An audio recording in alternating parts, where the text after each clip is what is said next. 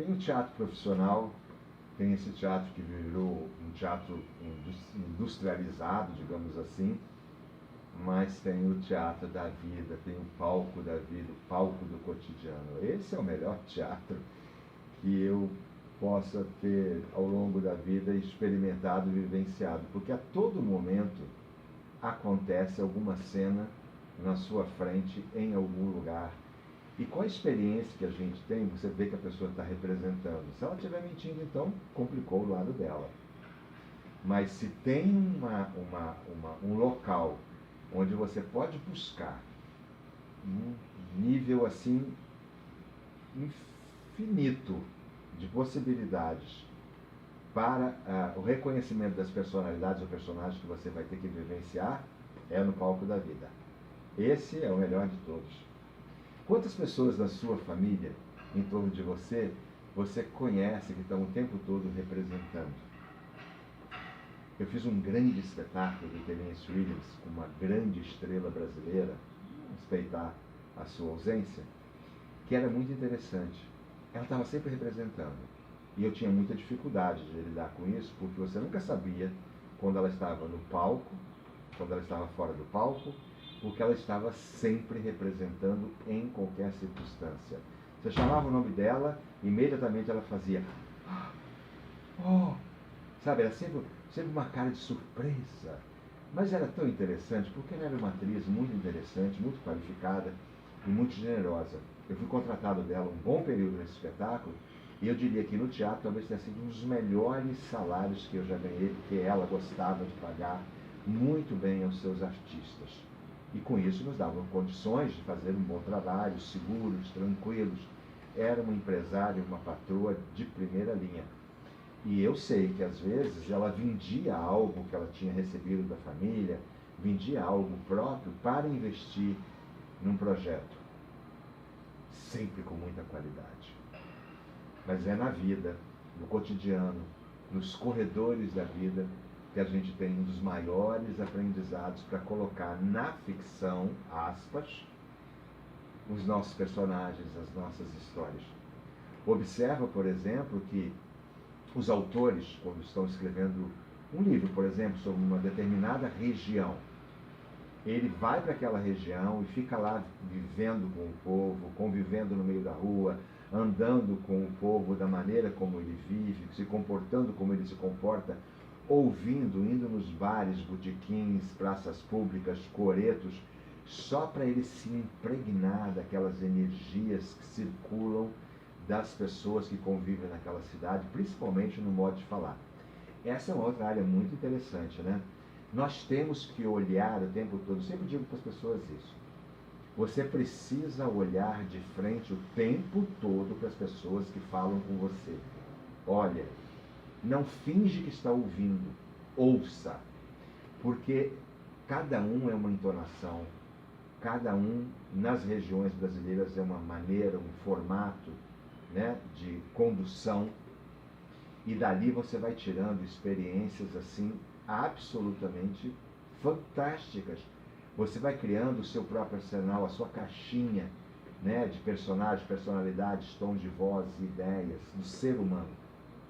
A gente precisa estudar o ser humano, o ator, o artista plástico, o artista no geral, o criador, não é? Que faz escritor, enfim, ele precisa estudar o ser humano à sua volta o tempo todo. Achar que ele vai sentar e só ficcionar, criar, ele pode criar a história que ele bem entender.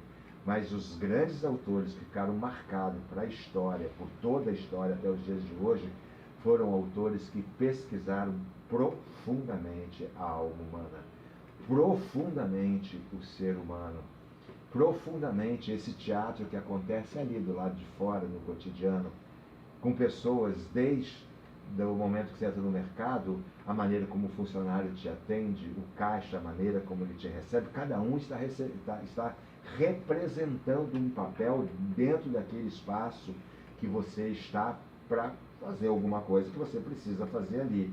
Mas observa como cada um se comporta, não é?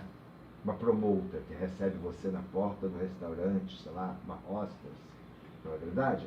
Ela tem um comportamento É uma personalidade a ser estudada.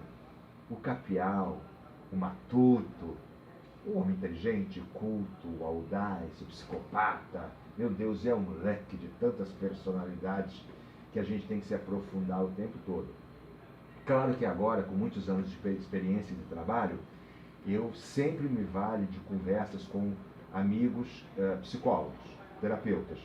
Eu marco um horário com eles, fora do horário de trabalho deles, e levo, por exemplo, esse personagem que eu vou fazer e gosto de ouvir desses profissionais e vou anotando, gravando todas as possibilidades que eles me apresentam desses personagens, dessas personalidades, algumas muito contundentes, muitas fechadas, umas complicadas, umas dóceis, umas alegres, umas over, não é verdade? Enfim, personalidades, são múltiplas, são muitas, mas não dá para parar de criar não como música, né?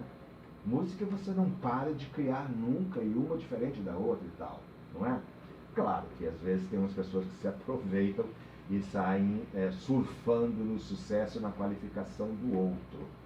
Mas se você quer criar um núcleo de possibilidades para o trabalho que você escolheu fazer dentro da arte, você tem que ir para o teatro do cotidiano, você tem que ir para o teatro da vida, você tem que observar tudo que acontece à sua volta, no elevador, no carro, no trânsito, na rua, na praia, no calçadão, enquanto caminha, no restaurante. Você tem que olhar tudo, o tempo todo. Eu gosto muito de olhar, por exemplo.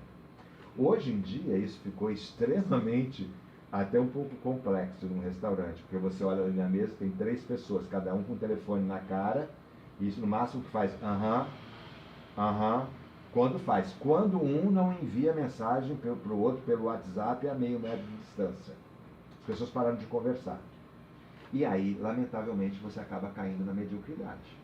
Você vê atores ou profissionais não equacionando bem o trabalho que eles têm para expor ao público em todas essas múltiplas áreas que nós estamos falando, porque ele vai no fácil, né? Não pesquisa, não olha, não observa o que está acontecendo, não é? Você pode observar, por exemplo, que quando você chega num lugar, por exemplo, na minha casa era assim, não é? As pessoas sentavam na mesa para bater papo, para conversar, para almoçar. Na sala nunca tinha. Se vocês olharem em volta da sala, vocês vão ver que não tem nenhum aparelho eletrônico, muito menos televisão. Não tem. Porque esse espaço é para trocar ideias, para bater papo, para conversar, trocar experiências. Se você for por esse caminho, na hora que você se bater de frente num texto, por exemplo, que você já pesquisou anteriormente no teatro da vida, no teatro do cotidiano, nessas múltiplas personalidades que estão ali fora, por exemplo, você fatalmente vai encontrar no seu arquivo alguém que você já viu, já pesquisou, e aí você faz um reestudo dali. Por exemplo, eu tive muita dificuldade para fazer um personagem que tinha muitos tiques nervosos, era psicopata, era desequilibrado, e foi... Eu já comentei isso, inclusive, foi quando eu passei dias visitando, como se eu trabalhasse dentro do Instituto Felipe Pinel, estudando aquelas personalidades que estavam ali. Depois, eu fui até uma rua do Rio de Janeiro de alta rotatividade em todos os níveis de comprometimento, e eu pedi o apoio da turma, se eles poderiam me dar um suporte, para eu estar aí do lado deles, acompanhando tudo que estivesse acontecendo, e foi muito interessante, porque dali eu tive a possibilidade de tirar todos os conhecimentos e autoconhecimento, reconhecimento do personagem que eu ia fazer ali naquela localização.